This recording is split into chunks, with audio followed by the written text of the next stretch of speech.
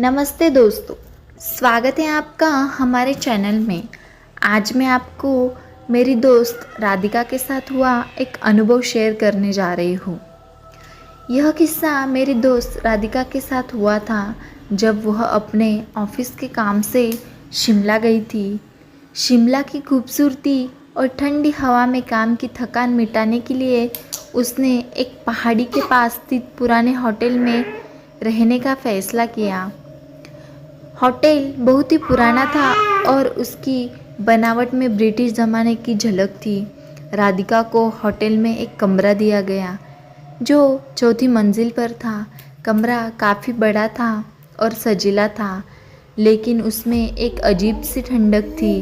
राधिका ने इससे ज़्यादा तवज्जो नहीं दी और काम से लौटकर आराम करने का सोचा।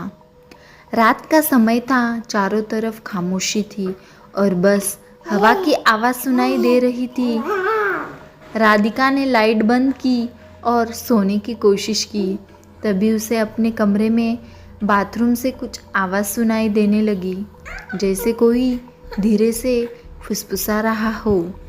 उसने सोचा शायद हवा की आवाज़ होगी और इसे नज़रअंदाज कर दिया। कुछ समय बाद उसे लगा कि कोई उसके बिस्तर के पास खड़ा है। डर के मारे उसने धीरे से आँख खोली और देखा कि एक साया उसके बिस्तर के पास खड़ा। राधिका दिल तेजी से धड़कने लगा। वह साया धीरे धीरे राधिका की ओर बढ़ने लगा।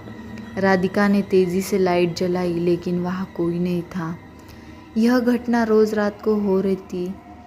कभी कभी बाथरूम का शावर अपने आप चालू हो जाता, कभी खिड़कियाँ खुद ब खुद खुल जाती। राधिका ने होटल के मैनेजर से शिकायत की, लेकिन उन्होंने कहा कि यह सिर्फ उसका भ्रम है।